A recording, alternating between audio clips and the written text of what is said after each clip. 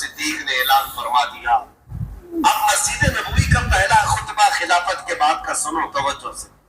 سیدنا ابو بکر صدیق رضی اللہ تعالیٰ عنہ فرماتے ہیں مسلمانوں اللہ سے ڈرو, کمزوروں پر ظلم نہ کرو اور نہ حق کسی کے ساتھ ظلم کا یا زیادتی کا معاملہ کبھی ہونے نہ پائے.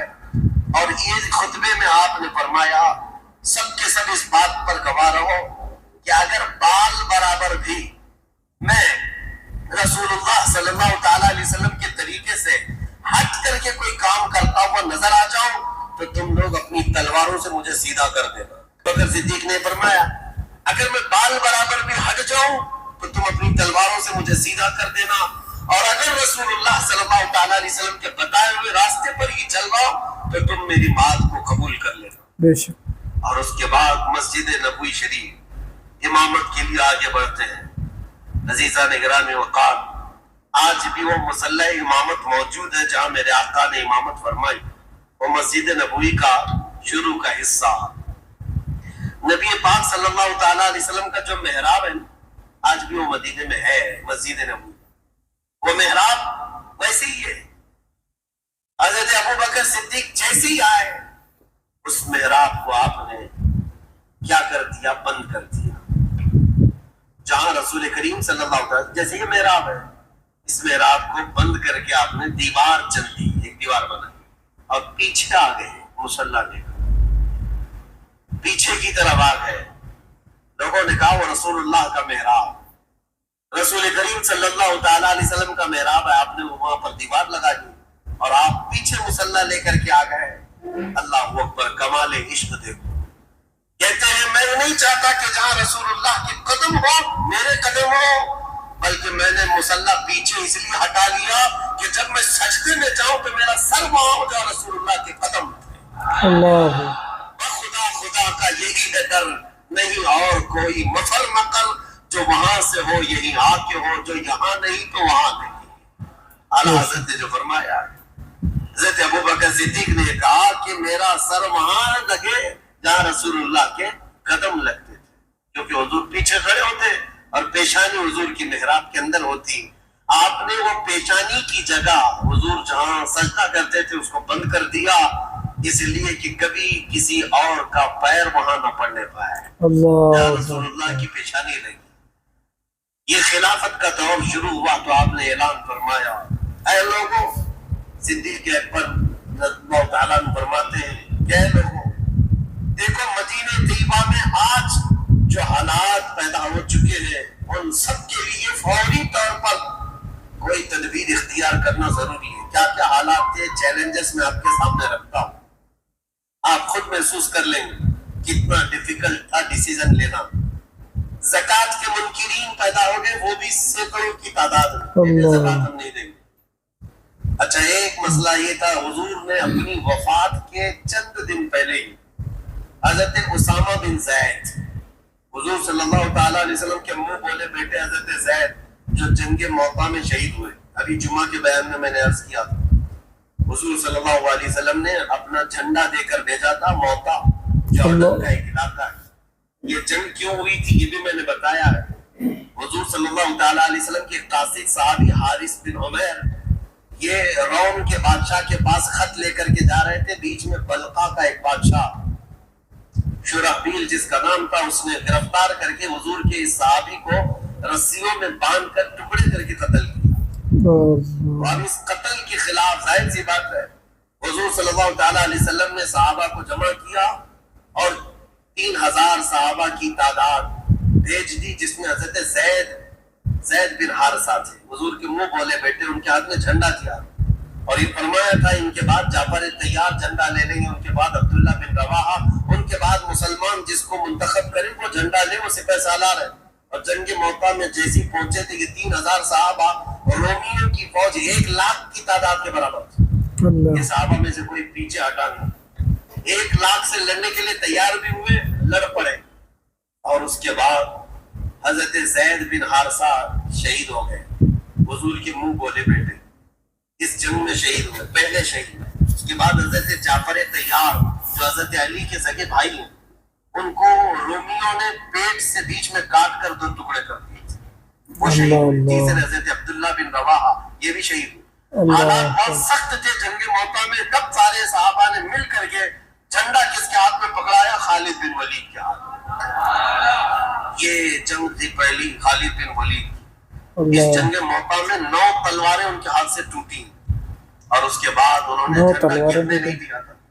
3000 کی فوج کو لے کر 1 لاکھ سے لڑتے تھے. ایسے لڑتے تھے صفوں کی صفیں درہم برہم کرتے تھے. شام سے پہلے رومیوں کی طرف سے اعلان ہوا کہ خالد بن ولید ایسا ہو گیا ہے کہ یہ بدکے ہوئے گھوڑے کی طرح صفیں درہم برہم کر رہا ہے, تم سب کے سب پیچھے ہٹ جاؤ اور ان کو جانے دے دو. رومی فوج پوری کی پوری پیچھے ہٹ گئی اور جتنے مرے اس میں سے وہ چھوڑ کر پوری جنگ میں صرف 8 مسلمان شہید ہوئے تھے. 1 لاکھ لوگوں نے مل کر 3000 کا مقابلہ کیا اور 8 شہید ہوئے تھے. حضرت خالد بن ولید یہ پہلی فتح کر کے واپس لوٹ رہے تھے. جنگ موطا, یہ جنگ موطا 9-8 ہجری میں ہوئی ہے حضور کی. اس جنگ میں جو شہید ہوئے حضرت زید, ان کا غم تھا حضور کو. ان کے بیٹے اسامہ 19 سال کے جوان تھے. حضور صلی اللہ تعالی علیہ وسلم نے حضرت اسامہ کو سپہ سالار بنایا اور کہا رومیوں کو پھر سے ادھیڑنے کے لیے, ان کو کھیڑنے کے لیے ایک فوج بھیجی جس میں 10,000 صحابہ جمع تھے. حضرت اسامہ بن زید کو مدینے سے روانہ کر دیا. اسامہ بن زید مدینے سے نکلے ہی تھے کہ حضور کی وفات ہو گئی. حضور کی وفات ہوتی اسامہ بن زید اور یہ پوری فوج ظاہر سی بات ہے مدینے واپس آ گئی. اب مسئلہ یہ تھا کہ حضور کی وفات کے بعد خلافت بھی قائم ہو گئی, حضرت ابوبکر خلیفہ بن گئے. اب کیا کرنا ہے؟ اب مسئلے ایسے تھے کہ ایک طرف مسیلمہ کذاب جھوٹا نبی بننے کا اعلان کر چکا ہے. اسود عنسی ایک اور شخص ہے جو نبوت کا دعویٰ کیا. طلحہ بن خویلد ایک ایسا شخص ہے وہ بھی نبوت کا دعویٰ کر بیٹھا ہے. 3 بڑے بڑے دجال ظاہر ہوئے. ایک طرف زکوٰۃ نہ دینے کی ایک جماعت پیدا ہو گئی, مرتد ہو گئے. اور ایک طرف اسامہ بن زید کی 10,000 کی فوج جو روم جا رہی تھی لڑنے کے لیے. کیا کیا فیصلے لینے ہیں؟ حضرت ابوبکر صدیق اٹھتے ہیں سیدھے اسامہ بن زید کو کہتے جو فوج تمہارے ساتھ جانے والی تھی سب کو تیار کرو. اور اس کے بعد اسامہ بن زید کو گھوڑے پر بٹھایا. یہ فوج وہی جائے گی جہاں رسول اللہ نے بھیجا. اللہ اکبر. حالات ایسے تھے کہ فوج اتنی بڑی بھیجنے کے جیسے حالات نہیں تھے. یہاں تک کہ لوگ سب آ کر کے کہنے لگے خلیفہ اسلام ابھی حالات ایسے نہیں ہے کہ آپ 10,000 کی فوج مدینے سے بھیج دیں گے. حضور کی وفات ہوئی ہے, اچانک مدینے پر کچھ ہو گیا تو کیا کریں گے؟ اتنی بڑی فوج جا رہی ہے. حضرت ابوبکر صدیق نے کہا قسم رب ذوالجلال کی میری جان بھی چلی جائے میں اس فوج کو واپس نہیں کر سکتا جس کو رسول اللہ نے بھیجا. اللہ اکبر. اسامہ بن زید کو بٹھا دیا گھوڑے پر اور ان کے گھوڑے کی رسی خود پکڑ کر کے جانے لگے. یہ حضرت ابوبکر صدیق ہے. گھوڑے کی رسی خود پکڑ کر کے نکلے. اسامہ بن زید کی عمر 19 سال کی ہے, صدیق اکبر کی عمر 60 سال کی ہے. 60 سال کا خلیفہ رسول گھوڑے کی رسی پکڑ کر چل رہا ہو. اسامہ بن زید گھوڑے سے اچھل کر نیچے آ گئے. کہا اے خلیفہ اسلام, اے جانشین رسول, آپ چلے اور میں بیٹھوں. گوارا نہیں. حضرت ابوبکر صدیق نے کہا بیٹھ جاؤ اسامہ, اس گھوڑے کی پشت پر دنیا کی دولت میں نہیں, میرے رسول نے تجھے بٹھایا, تجھے کوئی نہیں اتار سکتا, بیٹھ جاؤ. پھر کہا آپ رسی پکڑ کر کیوں چل رہے ہیں؟ کہا خلافت کی ذمہ داریاں ایسی آ گئی کہ مدینے کی سیکیورٹی بھی ہے, ان دجالوں سے مقابلہ بھی ہے, منکرین زکوٰۃ سے بھی لڑنا ہے. خواہش تو میری یہ تھی کہ تمہاری فوج میں بھی شریک ہو جاتا, میں بھی چلا جاتا, رسول اللہ نے بھیجا ہے, لیکن خلافت کی ذمہ داریوں کی وجہ سے میں تمہارے ساتھ جنگ پر جا نہیں سکتا. میں کم از کم تمہاری رسی پکڑ کر مدینے سے باہر تک تو جا سکتا ہوں تاکہ کل قیامت کے دن ان مجاہدین کا نام پکارا جائے تو گھوڑے کی رسی پکڑنے والوں میں میرا بھی نام آ جائے. اللہ اکبر. عزیزان گرامی, کیا بات ہے. اللہ اکبر. بڑی ہو ابوبکر صدیق چھوڑتے نہیں تھے. صحابہ میں یہ بات تھی کہ حضرت ایک بار حضور صلی اللہ تعالی علیہ وسلم مجلس میں کہہ رہے تھے صبح ہی فجر کی نماز کے بعد ٹائم کتنا ہوا ہوگا, حضور نے اعلان کیا کوئی ہے جس نے آج کسی بیمار کی عیادت کر کے آیا ہو؟ صحابہ کی جماعت، حضرت ابوبکر کھڑے ہوئے، کہا میں عیادت کر کے آیا۔ تھوڑی دیر کے بعد حضور صلی اللہ تعالیٰ علیہ وسلم نے پھر دوسرا سوال فرمایا کوئی ہے جو آج ایک غلام آزاد کر کے آیا ہو؟ حضرت ابوبکر کھڑے ہو۔ پھر حضور صلی اللہ تعالیٰ علیہ وسلم نے اعلان فرمایا کوئی ہے جو آج کسی غریب کو کھانا کھلا کر کے آیا ہو؟ پھر حضرت ابوبکر کھڑے ہو، اللہ کر کے آیا۔ جتنی مرتبہ حضور جس نیکی کے بارے میں پوچھتے ہیں وہ مسجد میں خود ہی کھڑے ہوتے ہیں، یا رسول اللہ میں کر کے آیا۔ اور یہ کب؟ فجر کی نماز میں۔ بعد میں رسول کریم صلی اللہ تعالیٰ علیہ وسلم نے اعلان فرمایا اس مجلس میں کہ گروہ صحابہ سنو، جنت کے 8 دروازے ہیں، مسلمان الگ الگ دروازوں سے جنت میں جا رہے ہوں گے، لیکن جنت کا ہر دروازہ ابوبکر کو اپنی طرف پکار رہا ہوگا۔ اللہ، ہر دروازہ اپنی طرف پکار رہا ہوگا کہ تم اس میں سے آ جاؤ، تم اس میں سے آ جاؤ۔ ابوبکر صدیق کی نیکیاں، وہ چھوٹی نیکی بھی چھوڑتے نہیں تھے۔ اسامہ بن زید کو روانہ کیا۔ آپ ذہن حاضر رکھو، آپ سچویشن کیسی ہے میں خود پڑھ کر کے حیران ہوں۔ اس کے بعد حضرت خالد بن ولید کو بلایا، حضرت شرحبیل حسنہ ایک اور صحابی ان کو بلایا، اور تقریباً اس میں بھی 2000 یا 3000 صحابہ کو جمع کیا اور کہا جاؤ اس مسیلمہ کذاب کا مقابلہ کرنا ہے جو جھوٹا نبی بنا ہوا ہے۔ یہ گئے اللہ، جھوٹے نبی کے مقابلے کے لیے جب گئے تھے، اس وقت حضرت خالد بن ولید اپنی ایک چھوٹی سی جماعت لے کر کے الگ اسود انسی اور طلحہ بن خویلد جو 2 اور چھوٹے نبی تھے، کہا میں ان کا کام پہلے کر کے آتا ہوں۔ حضرت خالد بن ولید گئے، ان کے مقابل میں کون کھڑا ہوتا؟ اسود انسی کو، طلحہ بن خویلد کے جتنے حواری مواری تھے سب کو مار ڈالا، اور وہ ڈر کے مارے جھوٹا نبی ملک شام بھاگ گیا، اور روایت میں کہ بعد میں مسلمان بھی ہو گیا، چھوڑ دیا۔ اسود انسی جو تھا اس کو اس کے قریبی لوگوں نے مار ڈالا۔ حضرت خالد بن ولید کی ہیبت ایسی تاری، یہ 2 جھوٹوں کو مار کر کے حضرت خالد بن ولید پھر آئے شرحبیل حسنہ کے ساتھ۔ یہ 3000 صحابہ کی جماعت تھی، لیکن جیسے ہی گئے یہ مسیلمہ کذاب 30,000 لوگوں کو جمع کر چکا تھا۔ مجھے حیرت ہوتی ہے، رسول اللہ کے زمانے سے یہ زمانہ بہت ملا ہوا ہے، اتنے قریب کے زمانے میں جب 30,000 جھوٹے نبی کو ماننے والے پیدا ہو گئے تھے، تو آج قادیانیوں کی جماعت میں کیوں نہیں جا سکتے؟ ہوتے ہیں۔ یا ہمارے دور کا جو دجال 100 سال پہلے جو گزرا غلام احمد قادیانی، اس نے بھی نبوت کا دعویٰ کیا۔ یہ احمدی جماعت نام سے پوری دنیا میں پھیلی ہوئی ہے، قادیانیوں کی جماعت ہے۔ یہ اپنے آپ کو جماعت احمدیہ کہتے ہیں، اور سارے انٹرنیٹ پر بھرے ہوئے ہیں ویب سائٹ، اسلام نام سے جیسی کھولیں تو احمدی جماعت کی ویب سائٹ کھولتی ہے۔ یاد رکھنا نوجوانوں، غلطی سے ان کے زہر میں نہ چلے جانا، ساری باتیں وہی کرتے ہیں لیکن بعد میں چل کر کے اپنے جھوٹے نبی کا عقیدہ دھیرے دھیرے ڈالتے ہیں، اور یہ کہتے نہیں غلام احمد قادیانی کو نبی مان لو تو محمد صلی اللہ علیہ وسلم کی خاتم النبیین ہونے میں کوئی فرق نہیں آتا۔ وہ رسول اللہ خاتم النبیین ہے لیکن یہ بھی نبی ہے۔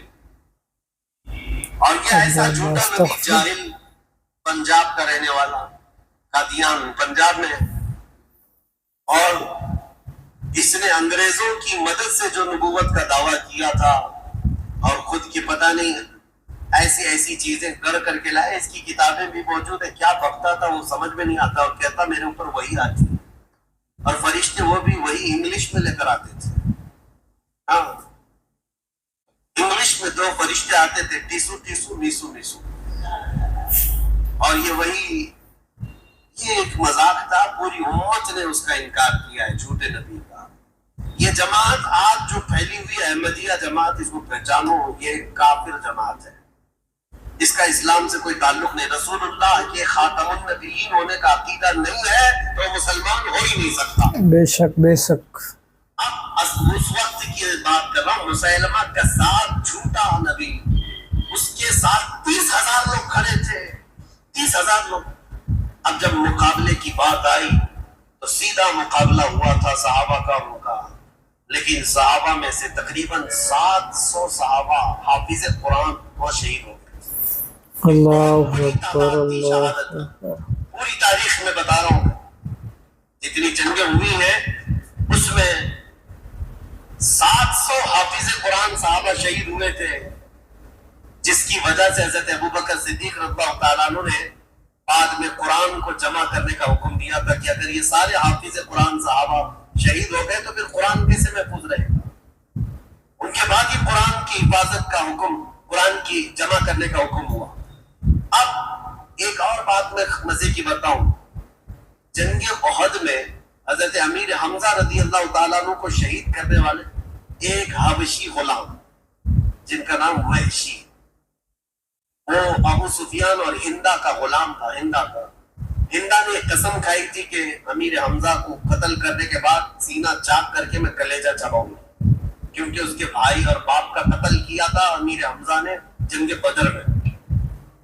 تو امیر حمزہ کو قتل کرنے والا وحشی، نام ہی وحشی تھا لیکن کالے قسم کے حبشی، امیر حمزہ کو نیزہ مار کر کے شہید کیا تھا۔ بہت تیر انداز، ایسا نشانہ لگانے میں ماہر، ایسا نشانہ کہ بہت دور سے اگر وہ ایک باریک سی چیز کو بھی رکھ دیا جائے تو اپنے نیزے سے نشانے پر لگا دیتا۔ تو امیر حمزہ اس کے نیزے سے شہید ہوئے، لیکن حیرت کی بات یہ ہے کہ وہ وحشی بعد میں اسلام میں داخل ہوئے اور رسول اللہ کے صحابی بھی۔ اللہ اکبر۔ میرے آقا نے بہتوں کو معاف کیا ہے، بہتوں کو معاف کیا، لیکن یہ وحشی، اب ہم انہیں حضرت وحشی کہتے ہیں، ہمیشہ اس غم میں رہتے تھے کہ میں نے رسول اللہ کے چچا کو قتل کیا ہے، رسول اللہ کے قریبی چچا اور سپہ سالار اسلام بطل جلیل اللہ کے شیر کو میں نے قتل کیا۔ اپنے آپ میں وہ غمگین رہتے تھے کہ میں نے کیسے کو قتل کیا، اس کا کفارہ انہیں ادا کرنا تھا۔ پھر جیسے ہی حضرت خالد بن ولید کیا یہ لشکر نکلا تھا مسیلمہ کذاب کو مارنے کے، اور جنگ بہت سخت ہو گئی تھی، 700 صحابہ شہید ہو گئے تھے، اس وقت جانتے ہیں سب سے اہم کردار ادا کیا تھا یہ حضرت وحشی۔ نشانہ باز کی ضرورت تھی، مسیلمہ کذاب چھپ چھپ کر کے بیٹھتا تھا، اس کے اطراف لوگوں کی بھیڑ ہوتی، چھپتا تھا۔ یہ حضرت وحشی نے جو نیزہ حضرت امیر حمزہ کو مارا تھا نشانے سے، اس جنگ کے میدان میں بڑی دور سے نیزہ چلایا تھا تو سیدھے مسیلمہ کذاب کی پیشانی میں گزرا۔ اللہ اکبر، اللہ اکبر۔ چھوٹا نبی ایک ہی دم میں مر گیا، نیچے زمین پر آ گیا۔ وہ حضرت وحشی کہتے تھے میں نے یہ کفارہ ادا کر دیا، اللہ زمانے جاہلیت میں میں نے بطل جلیل کو قتل کر دیا تھا، زمانے اسلام میں دنیا کا سب سے بڑا دجال چھوٹا نبی تھا، اس کو میں نے قتل کیا۔ یہ جنگ صرف کر لیا حضرت ابوبکر صدیق نے۔ اب سنیے، حالات ایسے تھے کہ ایک طرف حضرت خالد بن ولید مسیلمہ کذاب سے لڑنے کے لیے گئے، ایک طرف حضرت اسامہ بن زید 10,000 کا لشکر لے کر رومیوں سے لڑنے گئے، ان کے باپ کا بدلہ بھی لینا تھا، رومیوں سے لڑنے کے لیے گئے۔ اور تیسری طرف زکوٰۃ کے منکرین جو تھے وہ کہہ رہے تھے ہم زکوٰۃ نہیں دیں گے۔ حضرت ابوبکر صدیق سارے صحابہ جو موجود تھے، اکثر تو جا چکے ہیں 2 جنگوں میں بلکہ کئی جنگوں میں، خود حضرت ابوبکر موجود ہیں اور کچھ صحابہ تھے، کہا کہ اٹھو اور زکوٰۃ کے جو منکرین ہیں ان سے ہم جا کر لڑیں گے۔ حضرت عمر نے کہا کہ آپ پورا مدینہ خالی کر دو گے، آپ خلافت پہ ابھی آئے بیٹھے ہیں اور آنن فانن آپ ساری لڑائیاں ادھر بھی ادھر بھی وہ بھی یہ بھی، یہ زکوٰۃ کے جو منکرین ہیں ان کو بعد میں نپٹ لیں گے۔ صدیق اکبر نے کیا کہا جانتے اے وہ سارے مدینے والے آ کر مجھے روک دے کہ یہ منکرین زکوٰۃ سے لڑنا نہیں چاہیے۔ کہتے ہیں قسم خدا کی وہ ایک بکری کا بچہ بھی جو زکوٰۃ میں پہلے دیتے تھے، اگر وہ بھی ان لوگوں نے تباہ کر کے رکھ لیا تو یہ ابوبکر ان سے لڑتا رہے گا چاہے مدینے والوں کی چھیٹریں اڑ جائیں۔ اللہ اکبر۔ اس کو ہلکے میں نہیں لیتے تھے۔ کہا آج انہوں نے زکوٰۃ کا انکار کیا، کل نمازوں کا انکار کریں۔ اس کے بعد پھر وہ دین اسلام کی بنیادوں کو ہلا دیں گے۔ یہ ہوتی ہے خلافت کی اہم ذمہ داری کو سمجھنا۔ برائی جب شروع ہو تو اس کے ناکے پر ہی روک لگا دینا چاہیے۔ یہ نہیں کہ بڑھنے کے بعد دیکھیں گے مقابلہ کر کے روک لیں گے، نہیں۔ حضرت ابوبکر صدیق نے منکرین زکوٰۃ سے لڑنے کے لیے بھی صحابہ کو بھیج دیا، اور یہ تینوں محاذ پر گئے ہوئے صحابہ کوئی بھی ناکام واپس نہیں لوٹا۔ کوئی ناکام نہیں لوٹا. حضرت اسامہ بن زید کی عمر تو 19 سال کی تھی. رومیوں کے دانت کھٹے کر کے ان کو کھدیڑ کر کے واپس تشریف لائے. خالد بن ولید اسود انسی کو بھی مار دیا. طلحہ خویلد کا فتنہ بھی ختم کیا. مسیلمہ کذاب جھوٹے نبی کو بھی مار دیا. 7 فتنے ختم کر کے حضرت خالد بن ولید وہاں سے لوٹ رہے تھے. اور یہ منکرین زکوٰۃ کے لیے جو صحابہ گئے تھے وہ سارے منکرین زکوٰۃ جو زکوٰۃ دینے سے انکار کر رہے تھے ایسے ڈر گئے کہ سچی توبہ کیا اور ساری زکوٰۃیں لا کر مدینے میں جمع کر دی. سارے فتنے ایک ساتھ ختم کیے تھے سیدنا ابوبکر صدیق رضی اللہ تعالیٰ. خلافت، سیاست اور حکومت. اس کے بعد کیا آپ کب سوتے تھے، کب جاگتے تھے اور کب یہ سارے کام کرتے تھے؟ یہ ایک صحابی حضرت مسنہ، ابھی یہ سب واپس آئے نہیں ہیں. سنو، اسامہ بن زید آئے نہیں، خالد بن ولید آئے نہیں، زکوٰۃ کے منکرین آئے نہیں. ایک صحابی عراق سے آئے، عراق کے رہنے والے حضرت مسنہ رضی اللہ عنہ. یہ خود مسلمان تھے اور ان کا خاندان عیسائی تھا. یہ آئے اور کہا اے خلیفہ اسلام، عراق کے لوگ، ملک شام کے لوگ، ایران کی حکومت تھی اس وقت، میں نے تاریخ میں پہلے بتایا پرشین امپائر، فارس کے لوگ، یہ مسلمان یہ عربوں سے اتنا شدید چڑھتے تھے. اب سنیے، عرب کی اور ایران کی جنگ آج کی نہیں ہے، بہت پرانی. آج بھی لوگوں کی لڑائیاں چل رہی. ایرانی عربوں کو نہیں مانتے، عرب ایرانیوں کو نہیں مانتے. یہ بہت پرانی ان کی شقاوت ہے، آپس میں دشمنی. ایران کا جو بادشاہ تھا کسرا اس وقت، خسرو پرویز، یزدگرد اور پھر جو ہے بزرج مہر، یہ سب وہ بادشاہ ہیں ایران کے جو کسرا کہلاتے تھے. یہ کوئی عرب آدمی ان کے ہاں نظر آتا تو اس کے کندھے کاٹ دیتے تھے. عربوں سے اتنی نفرت کرتے تھے اور عرب لوگ بھی ان سے نفرت کرتے تھے، ایرانیوں کو برداشت نہیں کرتے تھے. کبھی کبھار ایرانی جو ہے حکومت کرتے کرتے یمن تک آ گئے، حجاز مدینے تک بھی آ گئے تھے. عرب لوگوں کی ان کے ساتھ جنگیں چلتی رہی. اب جب اسلام آیا اور اس کا رعب و دبدبہ قائم ہوا تو جانتے رسول اللہ کا خط لے کر کے ایک صحابی گئے تھے خسرو پرویز بادشاہ کے پاس. اس نے رسول اللہ کا خط پھاڑ کر پھینک دیا تھا اور جو قاصد صحابی آئے تھے ان کا قتل کر دیا تھا اور کہا غلام مجھے حکم دیتے اسلام میں آؤ. عربوں کو غلام سمجھتے تھے، حقیر سمجھتے تھے عربوں کو. ایرانیوں کی فطرت یہ بہت پرانی ہے. اب تو مسلمان ہوئے ہیں، بہت زمانہ ہو گیا ہے، لیکن وہ جو ایرانی تھے آگ پرست، آتش پرست، آگ کی پوجا کرنے والے، وہ عربوں سے شدید اختلاف رکھتے تھے. اور حضور صلی اللہ تعالیٰ علیہ وسلم نے فرمایا بھی تھا اس بادشاہ کے بارے میں جس نے میرا خط پھاڑا اللہ اس کی سلطنت کو پھاڑ دے گا. اللہ زبان سے نکلا. اب حضرت ابو بکر صدیق کی خلافت کا دور ہے. ایرانیوں کا بھی دبدبہ ہے. ایران جو ہے یہ اتنا ہی نہیں تھا جو آج ہے. وہ فارس ہے، اس میں عراق بھی آتا، ملک شام بھی آتا. پھر ایک روم ہے، رومن امپائر جو ٹرکی تھا. اس زمانے میں قسطنطنیہ جو استنبول شہر ہے آج، یہ روم کا دارالخلافہ تھا، کیپٹل سٹی تھی، راجدھانی تھی. وہاں سے سارے رومی حکومت کرتے تھے. روم کے اندر تقریباً 40-50 آج کی کنٹریاں آتی تھی اس زمانے. تو ایک طرف وہ تھے، ایک طرف یہ تھے. تو حضرت مسنہ جو عراق کے تھے وہ آ کر حضرت ابوبکر کے پاس اتنا کہنے لگ گئے کہ عراق میں ہم چاہتے ہیں کہ اسلام لے کر کے جائیں، وہاں ایرانیوں کا بڑا دبدبہ ہے، آپ کیا فرماتے ہیں؟ حضرت ابوبکر نے پوچھا. سارے صحابہ جو جنگوں پہ جا چکے اب ایک طرف آئے اور کہہ رہے عراق جانا ہے. کہا پہلے جاؤ تم اپنے خاندان کو مسلمان کرو. اللہ وہ گئے، ان کا خاندان ان کی تبلیغ پر پورا اسلام لایا. حضرت ابوبکر صدیق صرف حضرت مسنہ کے خاندان کو اور چند صحابہ کو کہتے جاؤ عراق پہنچو. اور اگر ایران کے بادشاہ کا کوئی وزیر جو وہاں پر تھا، وہاں پر جو موجود تھا، اس نے اگر مقابلہ کیا تو تم ان کے ساتھ جنگ کرنا. حضرت ابوبکر صدیق کے غیرت ایمانی دیکھو، جذبات تو دیکھو. ایک خاندان اور تھوڑے صحابہ کو ایران جیسی حکومت کے کسی وزیر سے لڑنے کے لیے بھیج دی. اور وہ صحابی بھی ہیں، ایسا نہیں کہہ رہے کہاں بھیج رہے آپ، وہ بھی ایمان کامل کے ساتھ چل پڑے. اللہ بیچ راستے میں تھے حضرت خالد بن ولید.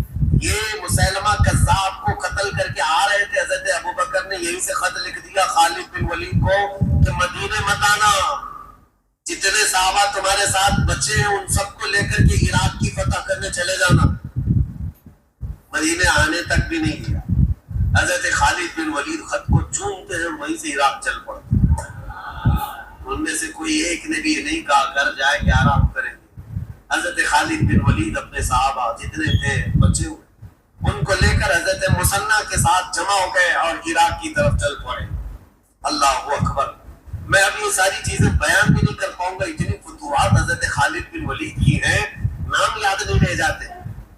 جاتے ساتھ آپ نے عراق کی سرحد پر داخلہ کیا اور جو وہاں کا باج گزار تھا جو بادشاہ بنا ہوا عراق کا تھا وہ ایران کا باج گزار ایران کا وزیر تھا.